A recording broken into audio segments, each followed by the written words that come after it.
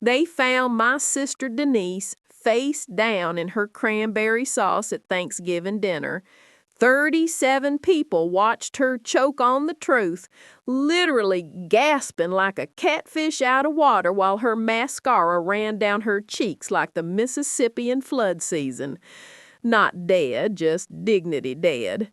But let me back up 3 weeks, sugar, because this story, it starts with a lie so simple, so ordinary, that I almost missed it.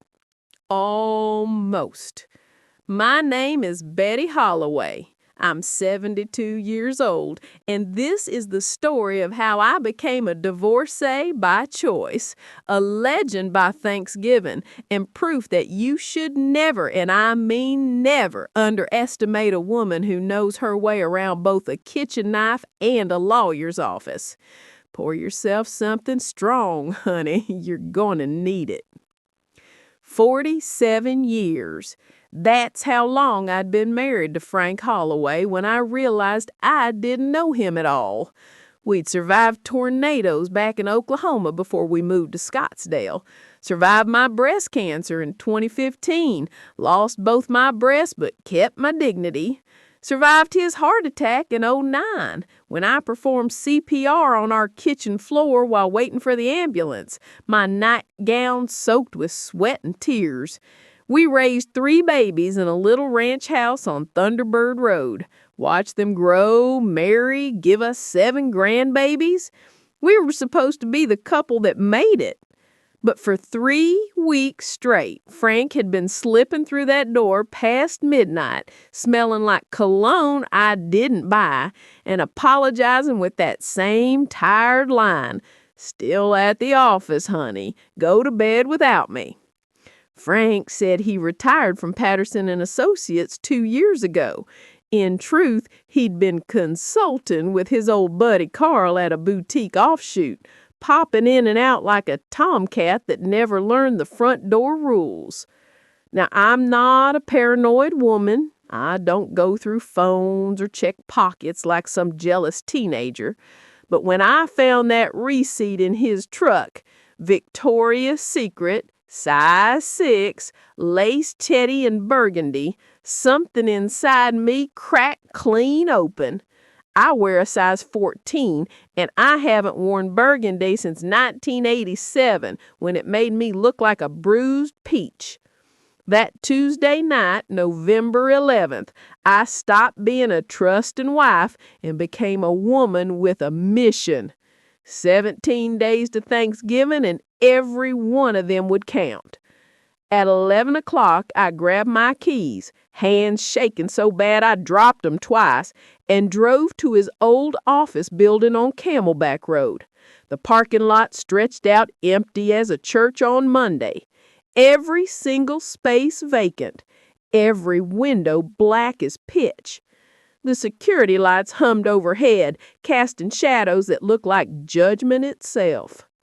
I sat there in my Honda CR-V, arthritis screaming in my knuckles as I gripped that steering wheel, and I dialed his number. He answered on the 3rd ring, voice dropping to a whisper like he was in confession. "In a critical meeting right now, Betty. Can I call you back?" Then I heard it, high and bright as a bell, echoing like they were in a bathroom or a fancy hotel suite. A woman's laugh. Not just any laugh either. I knew that laugh. I'd heard it at Sunday dinners, at Christmas morning breakfasts, at my own cancer survivor celebration when she'd hug me tight and whispered, "I'm so proud of you, sissy." My hands went numb. My vision tunneled.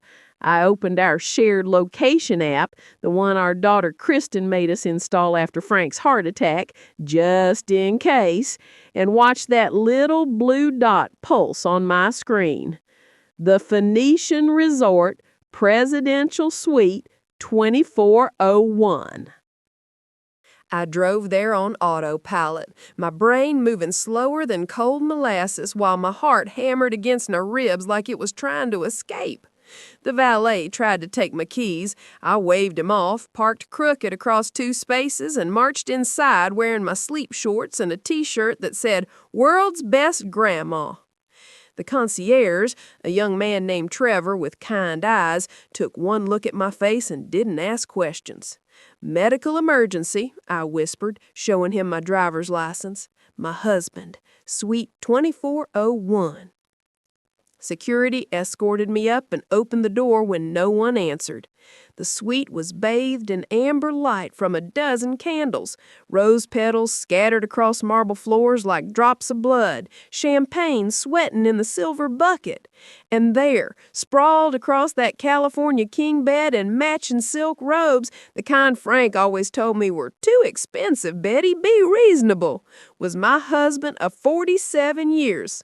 With my sister, with Denise, my baby sister, the one I'd let live with us for 6 months after her divorce from that alcoholic waste of space Gary, the one who'd been helping Frank plan my surprise birthday party every Tuesday night for the past 8 weeks.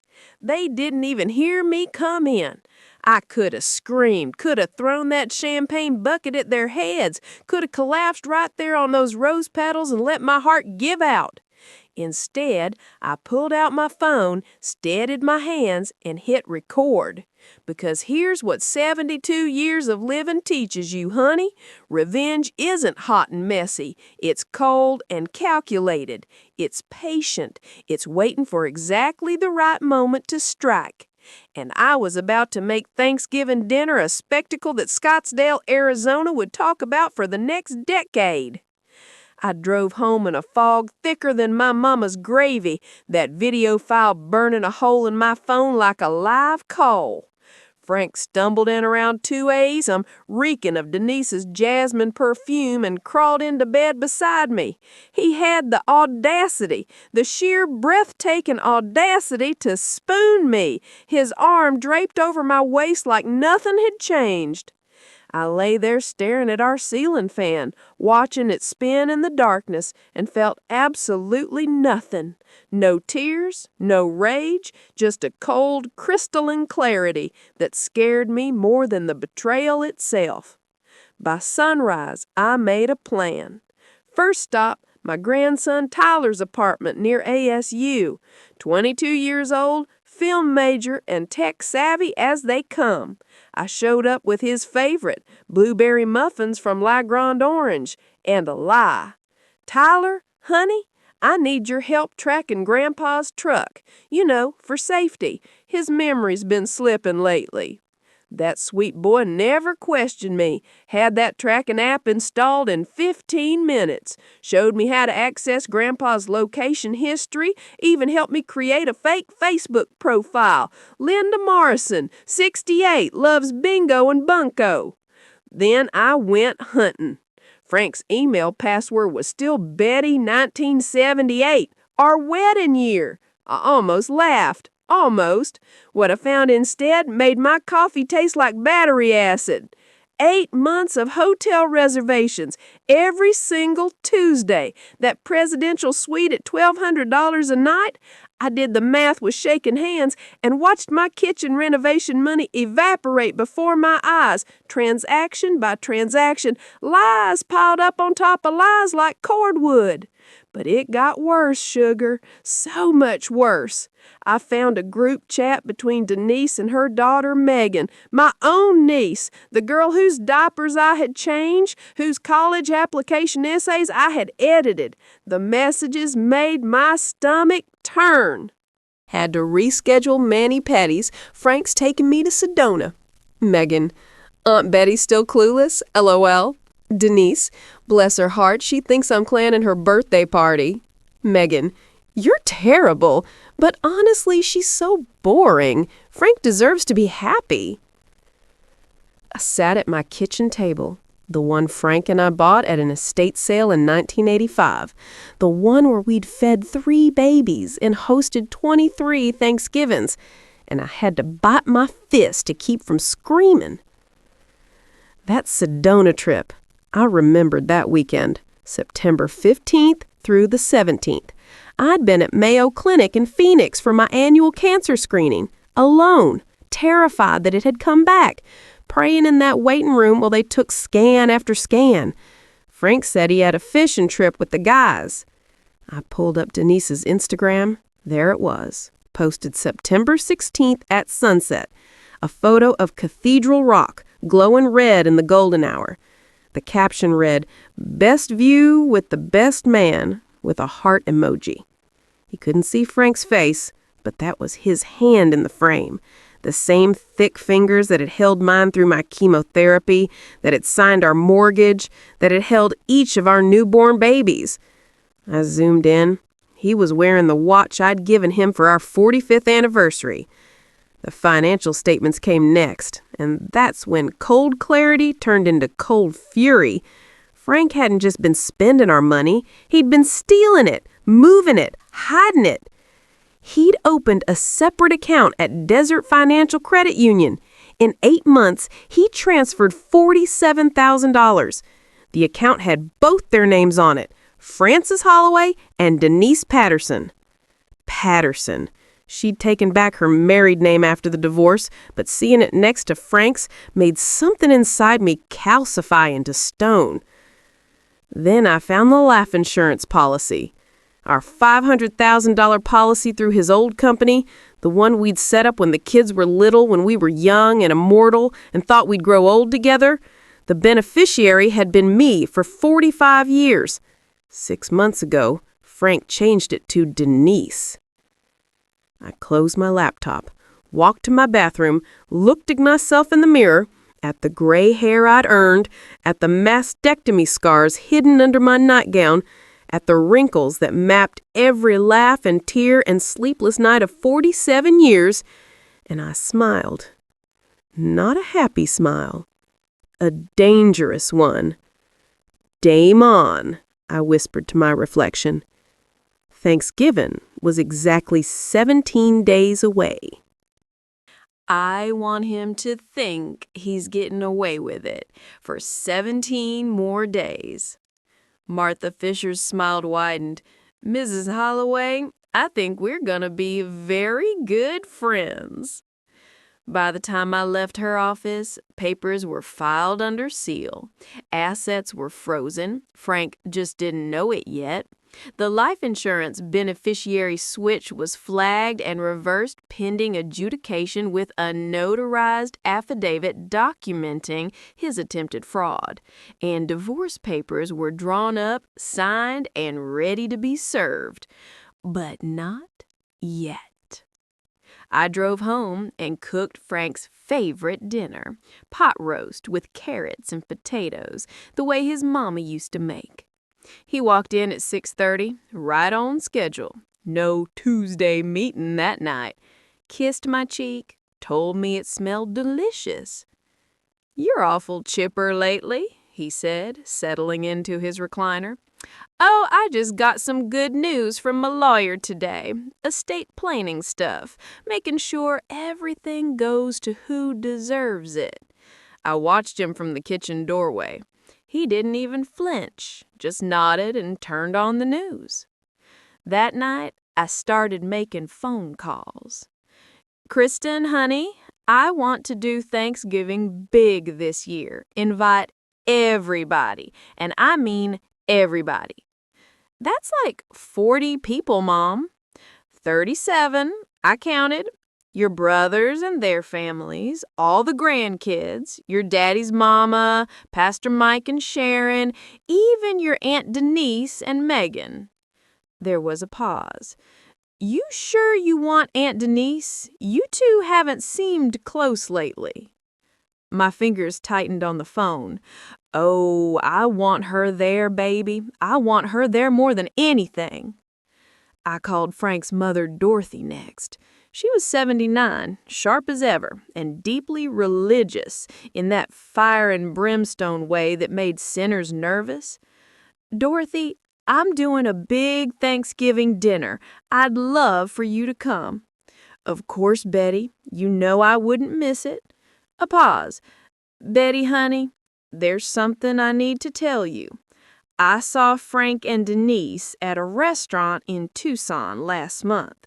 They were They looked awful cozy. My heart stopped. How long have you known?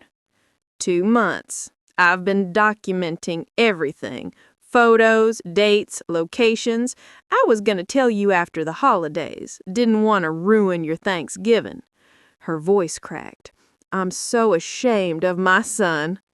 Dorothy, you don't dare apologize for him, but I need a favor. I need you to keep quiet for 17 more days. Can you do that?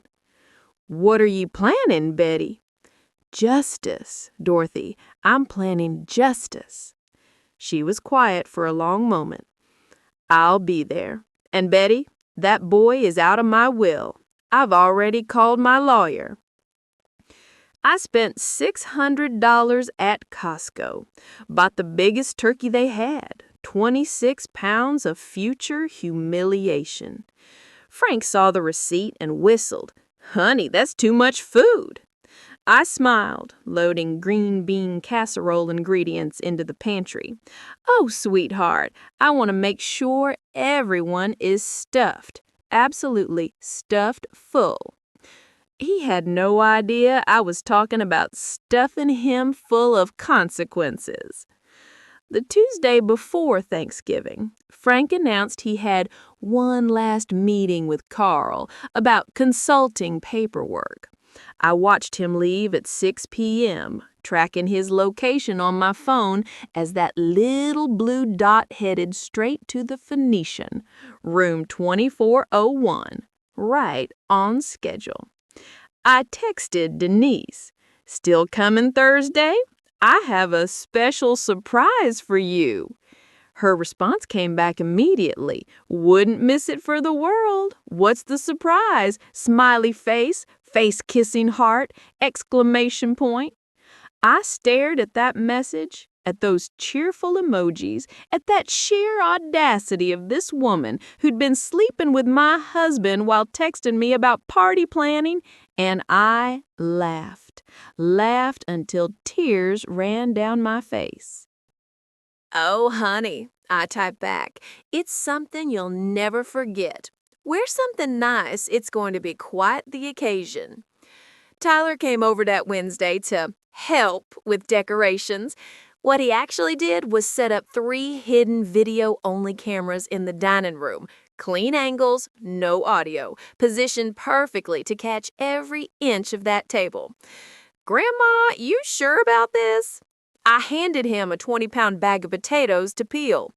"Tyler, baby, I've never been more sure of anything in my life, except maybe marrying my grandfather 47 years ago, and look how that turned out." He grinned. "You're kind of a badass, Grandma." "Language, sweetheart, but thank you." Thanksgiving morning arrived cold and clear, that November Arizona sun climbing over the McDowell Mountains like it was just another day.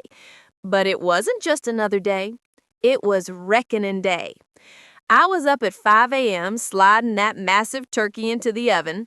Frank stumbled into the kitchen at 6 a.m., kissed my forehead like he'd done for 47 years. "Love you, Betty. Thanks for doing all this." I looked at him.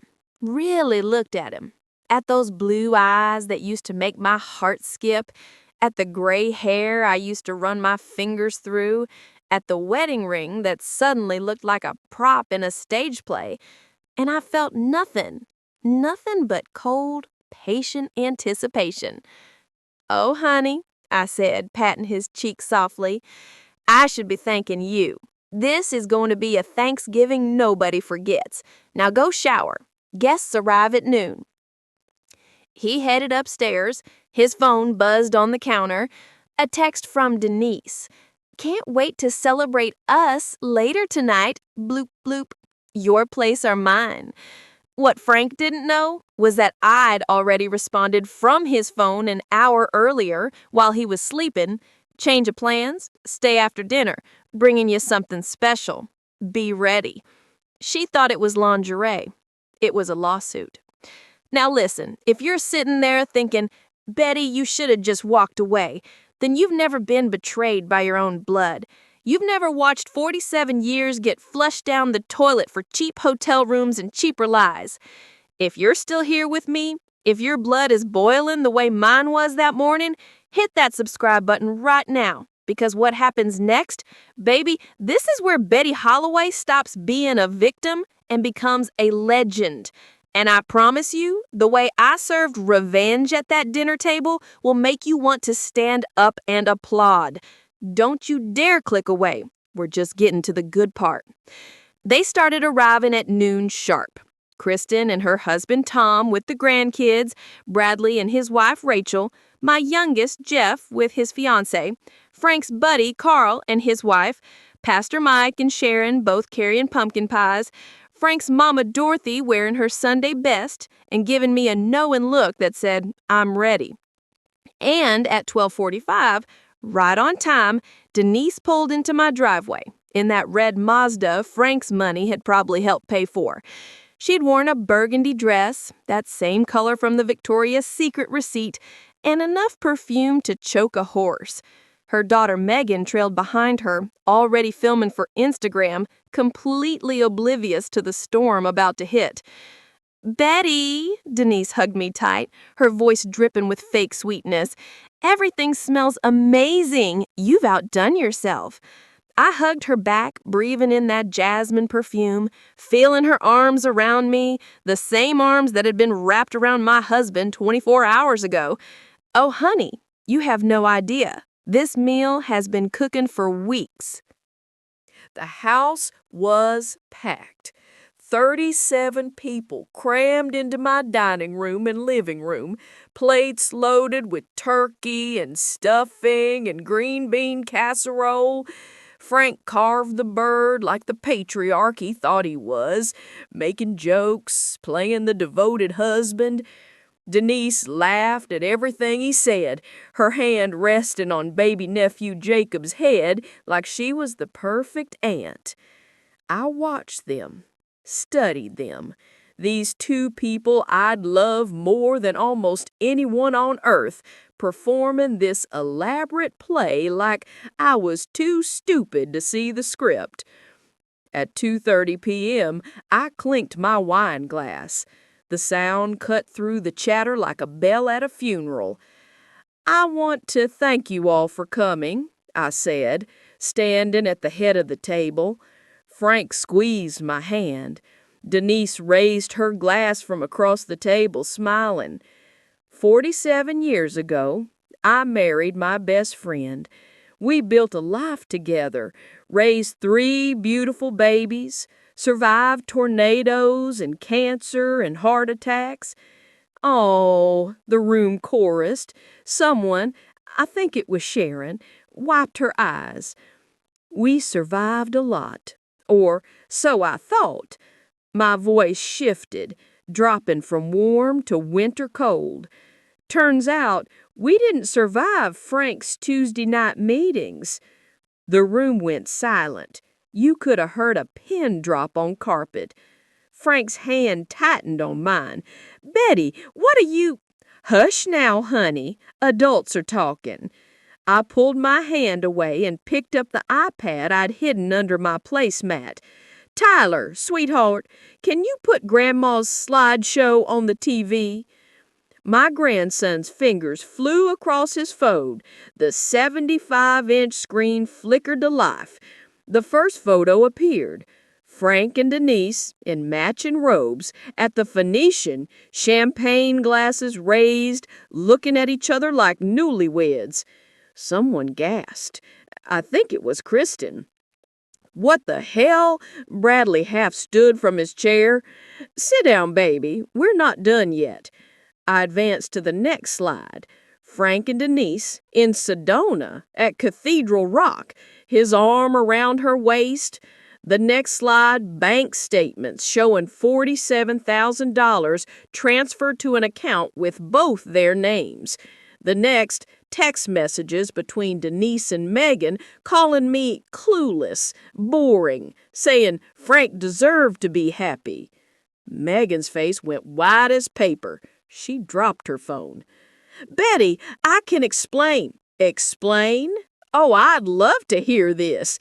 Explain to your daughter how you've been sleeping with your sister's husband every Tuesday night for 8 months. Explain to Pastor Mike how you've been breaking one of those 10 commandments he preaches about. Explain to these beautiful grandbabies why Grandpa was buying you lingerie instead of saving for their college funds. Frank tried to stand. This is inappropriate. Inappropriate? My voice cracked like thunder. 72 years of Southern politeness evaporated like morning dew. Let's talk about how you tried to change your life insurance beneficiary to my sister, how you were planning to divorce me at Christmas. I found the papers in your glove compartment, Frank. How you took her to Sedona the same weekend I was at Mayo Clinic alone, terrified my cancer had come back while you told me you were fishing. Dorothy stood up, her chair scraping against hardwood, her voice shook with fury. Francis Eugene Holloway, you are a disgrace. You are not my son anymore. Mom, I said sit down. Dorothy's voice could have shattered glass. My will is changed, effective today. Your inheritance, all $340,000, goes to Betty. You get nothing. Nothing. And you? She pointed at Denise with her trembling finger. You are banned from my funeral. When I die, you don't get to pretend to mourn. That's when it happened. Denise tried to run, actually tried to leave, but her heel caught on the carpet. She stumbled forward, arms windmilling, and face planted directly into her plate. Cranberry sauce exploded across her burgundy dress, mashed potatoes in her hair, gravy dripping down her face like shame itself. Tyler caught every second on camera. Megan started crying. Pastor Mike stood up, napkin falling from his lap. Carl stared at Frank like he'd never seen him before. There's more, I said calmly, like I was discussing the weather. Martha. My lawyer walked in from the kitchen where she'd been waiting. She looked like an avenging angel in a pantsuit. She slapped papers on the table in front of Frank, then in front of Denise, who was still on her hands and knees, cranberry sauce dripping from her chin. Frank Holloway, you're served. Divorce papers and a civil action for fraud and conversion tied to community funds. Denise Patterson, you're served. Conversion for my mother's sapphire ring, civil conspiracy, fraud/unjust enrichment, and intentional infliction of emotional distress. Denise's hand flew to the ring. She tried to speak, but only a whimper came out. I said, take it off, quietly, now. She slid it off with shaking hands and placed it on the table. I picked it up, slipped it on my right hand, and felt my mother's presence like she was standing right beside me. You have 30 minutes to get out of my house, I said, both of you. Frank, your belongings are in trash bags in the driveway. I changed the locks this morning. Denise, take your daughter and go. And if either of you ever contacts me again, Martha here will make your lives a legal hell you can't even imagine. They left. Frank tried to say something, mouth opening and closing like a landed fish, but Bradley blocked his path. Get out, Dad, before I do something we'll all regret.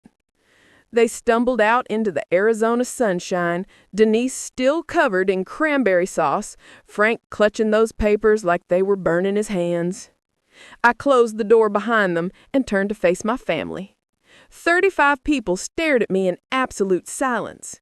Then Kristen started clapping, slowly at first, then faster. Then Bradley joined, then Jeff, Rachel, Tom, Dorothy, the grandkids, Tyler, Carl, Pastor Mike, Sharon, everyone. They gave me a standing ovation in my own dining room. Now, I said, fighting back tears, who wants pie? 3 months later, I stood in my newly renovated kitchen, marble countertops, professional-grade stove, the works, drinking coffee from a mug my granddaughter bought me that said, "Underestimate me, that'll be fun." The divorce was final. Quickest one Martha had ever processed. I got the house, 70% of our retirement accounts, Frank's pension, and a legal agreement that he'd pay me $2,000 monthly for the rest of my life as restitution for the stolen $47,000. But that wasn't even the best part. Carl, reviewing finances at the boutique firm after that Thanksgiving disaster, discovered something interesting. Frank had been embezzling, not just from our marriage, but from the business. $63,000 over 18 months, funneled into that secret account with Denise. Carl cut him loose, then sued him, then filed criminal charges. Frank was facing jail time.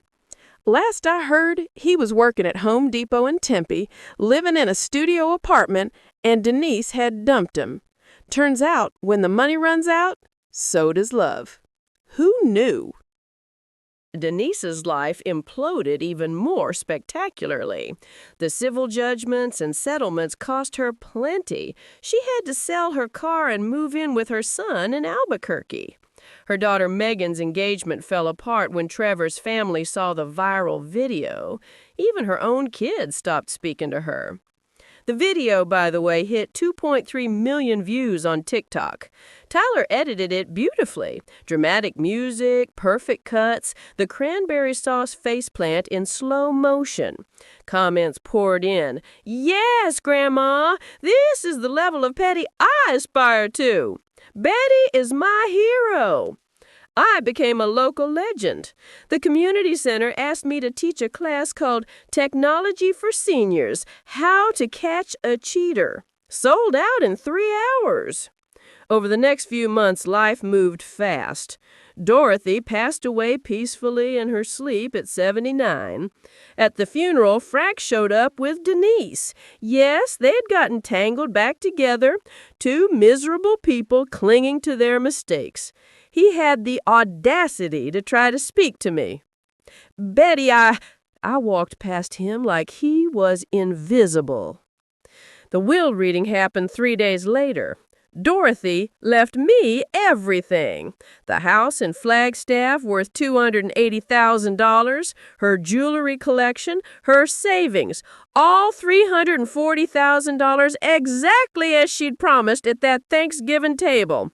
Frank got a handwritten note in her shaky script. You made your choice. Live with it. You are not my son anymore. Mother. He tried to contest it. Martha laughed in his face. Your mother was sound of mind. You committed fraud and adultery, and you have no case. Go away. I donated $100,000 to the women's shelter in Dorothy's name. Used another $50,000 to take my kids and grandkids to Italy, the trip I'd always dreamed of. And with the rest, I booked the presidential suite at the Phoenician Resort. Not to stay in it, to host my 73rd birthday party there. 37 people, the same 37 who'd witnessed that Thanksgiving. We laughed until we cried, ate expensive food on Frank's dime, well, technically on his mother's inheritance that should have been his, and Tyler took photos of all of us raising champagne glasses in that exact spot where I had found my husband with my sister. The night manager asked if I'd enjoyed my stay. Honey, I said, this room used to hold my worst nightmare. Tonight, it held my greatest triumph. I turned 73 in January. I've started dating a widower named Walter from church. Pastor Mike introduced us. He's kind, funny, and when he says he's going fishing, I get photos of him holding actual fish. My kitchen is beautiful. My grandkids visit twice a week. Kristen and I have lunch every Thursday. I sleep like a baby in my house on my terms in a bed that belongs only to me. Last Tuesday, I drove past Home Depot and saw Frank loading lumber into someone's truck. He looked 70 years older than his 70 years. Shoulders slumped, face gray, defeated. I didn't feel sorry for him, not even a little bit. Because here's what I learned, sugar. The best revenge isn't just exposing a cheater. It's taking back your life and living it so well, so fully, so joyfully that they choke on their regrets every single day. Frank lost a woman who loved him for 47 years, who stood by him through heart attacks and business failures, who would have died for him. I lost a liar who was willing to throw away everything for hotel rooms and stolen moments with my own sister. We are not the same. My name is Betty Holloway. I'm 73 years old, and I survived cancer, betrayal, and a family Thanksgiving that went viral. I took back my life, my dignity, and $340,000 in the process. And next Tuesday, I'm going to the Phoenician for afternoon tea with Walter. We're sitting in the lobby where I can see the elevators to the presidential suite. And every time someone walks by, I'm going to smile. Because that building doesn't hold my pain anymore. It holds my triumph. To anyone watching this who's being betrayed right now, whether it's your spouse, your sibling, your best friend, hear me. You are not crazy. Your instincts are screaming at you for a reason. Listen to them. Document everything. Get a lawyer. And when you're ready, flip that table. Serve that revenge cold, calculated, and with witnesses. And remember, you don't get mad. You don't get even. You get everything. Now, if you'll excuse me, Walter's picking me up in 10 minutes. We're going dancing. At 73, life isn't ending. It's just getting started.